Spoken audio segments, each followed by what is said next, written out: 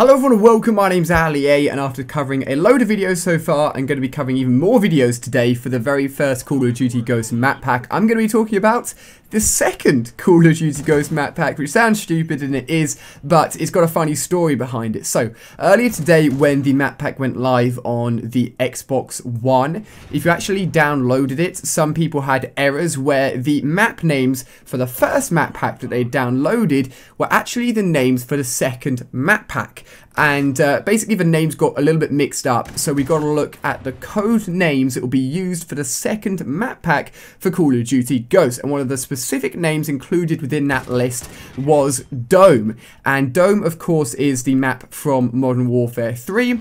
A lot of people like that map. It was a very small map, very chaotic, very crazy, and that was one of the maps that was included within that list. Now, when the very first map pack got announced, and I managed to work out with your help and by looking at images for Ignition that we worked out was a remake of Scrapyard, I guessed that we'd probably be getting a remake map for all of the 4 map packs for Call of Duty Ghosts, which looks to be the trend and looks to be the case for the second map pack with these names being leaked and Dome being included within that. Now, some of you guys may be like, okay, that's cool, that could happen easily, but some of you guys may be questioning this because, if you do not know, the map Strike Zone in Call of Duty Ghosts is actually a very, very, very similar design to Dome from Modern Warfare 3 already, which means technically we kind of have Dome already within Call of Duty Ghosts. So if we have a few sort of looks here at the differences between the two maps in terms of the mini-map, we can see that they are almost identical in layout,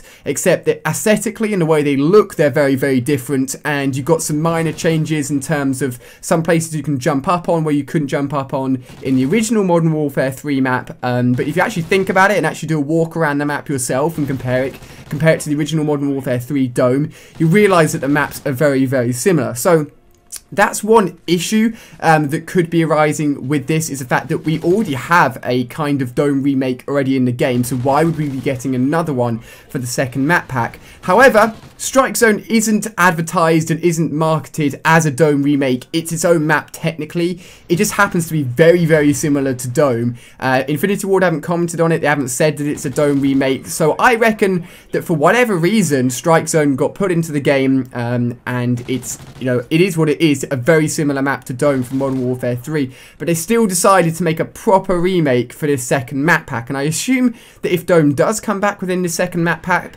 it's going to be almost identical, with very, very small differences, basically what we've seen for Ignition, because if you compare Strike Zone and Dome, they are basically completely different in terms of how they look. So this is interesting. I'm not too sure what to make of it. It basically hints that we are going to be getting Dome again. It's just going to be interesting more so to see what they do with this remake, considering we've already got Strike Zone in Ghost, which is very, very similar. But let me know what you guys think. Would you be happy to see Dome return as a remake map within the second map pack?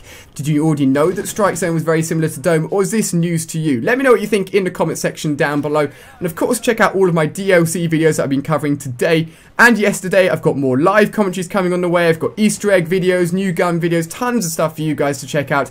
So cheers for watching, guys. Give a video a thumbs up if you've enjoyed, and I'll see you on my next video.